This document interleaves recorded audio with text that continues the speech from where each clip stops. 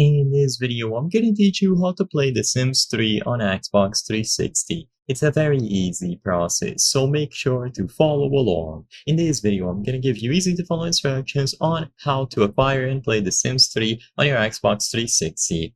Now, the thing about the 360 is that the digital marketplace that they had available online seemingly closed. So, even though you might be able to still play if you downloaded the game digitally, the most convenient way to play it nowadays is to purchase a used copy. So for this video, it is going to be the method that I'm going to be focusing on. So as long as your Xbox 360 is capable of using the CD reader, if it is working without any issues, then you can purchase a used copy. These can get quite cheap. So all that you have to do is go over to places like eBay and look for a used copy. There are plenty for sale, and as long as you look for The Sims 3 Xbox 360, you will be able to purchase it. So most of these will include the full CD and then any sort of manuals or any extras in the box. You might also be able to find specific add-ons such as The Sims 3 Pets, but make sure that you purchase the base game first if you don't have it already.